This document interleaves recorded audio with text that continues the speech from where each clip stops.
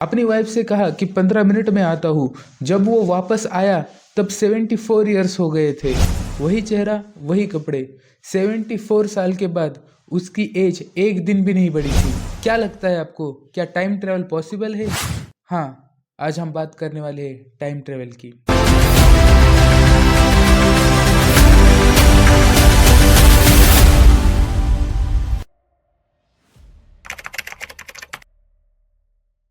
यह कहानी शुरू होती है 15 जून 1950। टाइम लगभग हो गया था 11:15। न्यूयॉर्क शहर का टाइम स्क्वायर अपनी पूरी रौनक में था।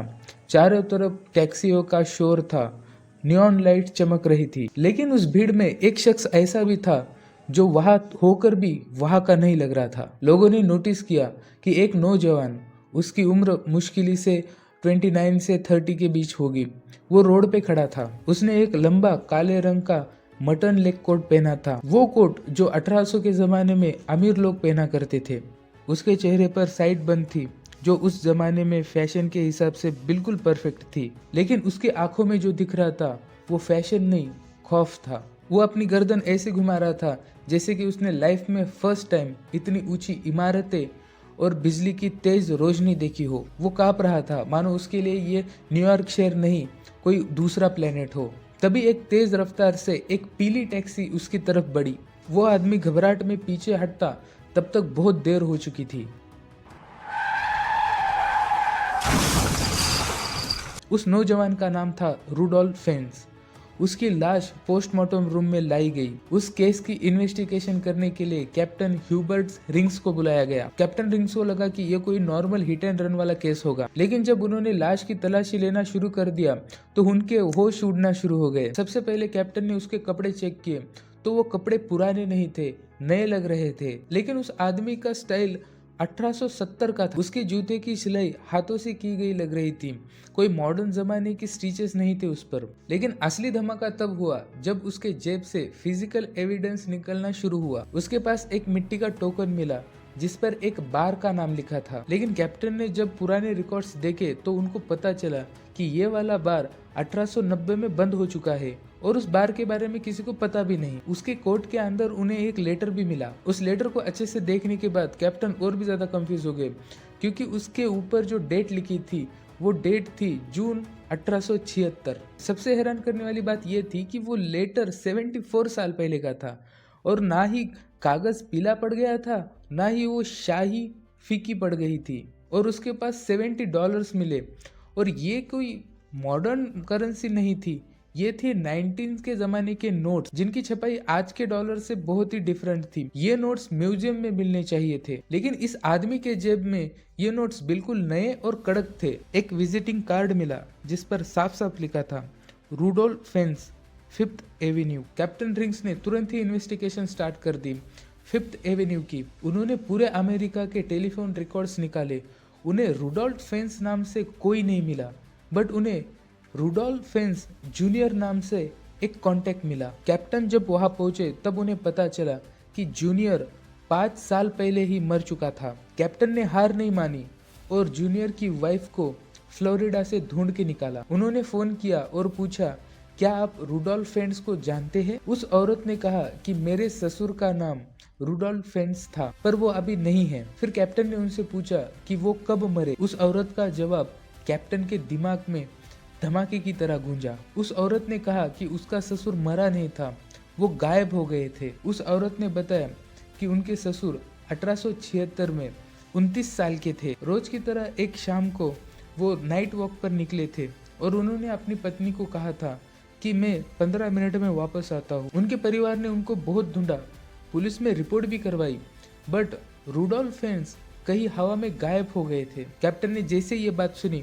उन्होंने 1876 के पुलिस रिकॉर्ड निकाले और वहां पर वाकई में एक मिसिंग पर्सन की फाइल थी। कैप्टन रिंग्स ने वो फाइल निकाली और उस फाइल को पढ़ने लग गए और उस फाइल में कुछ फोटोग्राफ्स और कुछ डिस्क्रिप्शन लिखा था। तो वो डिस्क्रिप्शन कुछ ऐसा था, 29 साल की उम्र, sideburns, black mutton coat, long hat. But परेशान करने वाली बात तब आती है जब कैप्टन ने वो फोटोग्राफ्स देखे। हूबहू जो आज सुबह टाइम स्क्वायर पर जो आदमी मरा था उसकी ही फोटो उस फाइल में थी। ये कैसे पॉसिबल हो सकता है? लास्ट 74 साल पहले मिसिंग कंप्लेंट आई थी और आज जो टाइम स्क्वायर पर बंदा मरा है उसकी उम्र सेम थी, 29 ईयर्स, और डिस्क्रिप्शन भी उससे मैच होता था, इवन फोटोज भी मैच होते थे। 1876 में कोई आदमी अपने घर से निकला और 1950 में उसकी डेड बॉडी मिलती है, और उसकी डेड बॉडी भी ऐसी कि एक भी दिन उसकी एज नहीं बढ़ी थी। कैप्टन परेशान हो गए, क्या ये पॉसिबल है? 74 ईयर्स होने के बाद एक दिन भी उस आदमी की एज नहीं बढ़ी थी। रुडोल्फ फैंस के लिए शायद 1 मिनट हुआ होगा, बट रियलिटी में 74 ईयर्स गुजर गए थे। उसका बेटा बुढ़ा होकर मर गया था, लेकिन उसकी एज एक दिन भी नहीं बढ़ी थी।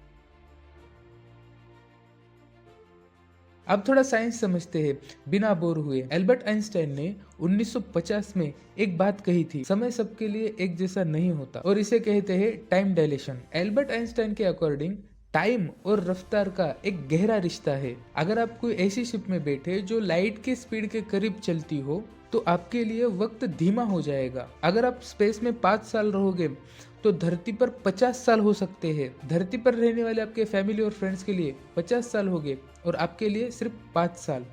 This is a future time travel, और ये कोई थ्योरी नहीं है।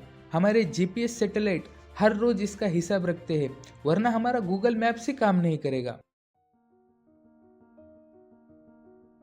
लेकिन दोस्तों, इस हैरत अंगेज कहानी का एक दूसरा पहलू भी है जो सच के साथ जुड़ा हुआ है।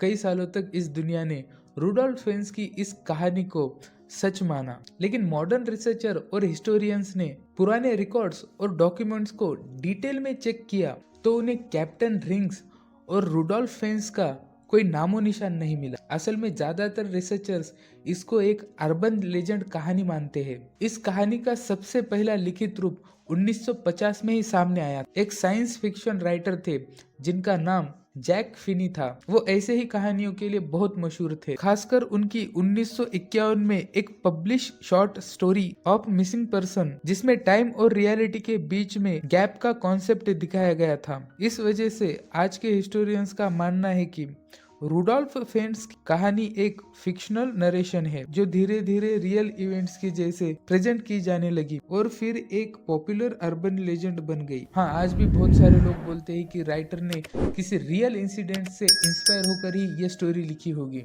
आपको क्या लगता है कि ये रियल इंसिडेंट था या किसी राइटर की स्टोरी? रुडोल्फ फैंस की ये कहानी हमें सोचने के लिए मजबूर कर देती है कि वक्त, रियलिटी और इंसानी समझ तीनों हमारी सोच से कई गुना ज्यादा कॉन्फ्लिक्ट है। ये सिर्फ एक कहानी थी या वक्त के साथ जुड़ी अनदेखी पहेली? इसका फैसला मैं आपके ऊपर छोड़ता हूँ।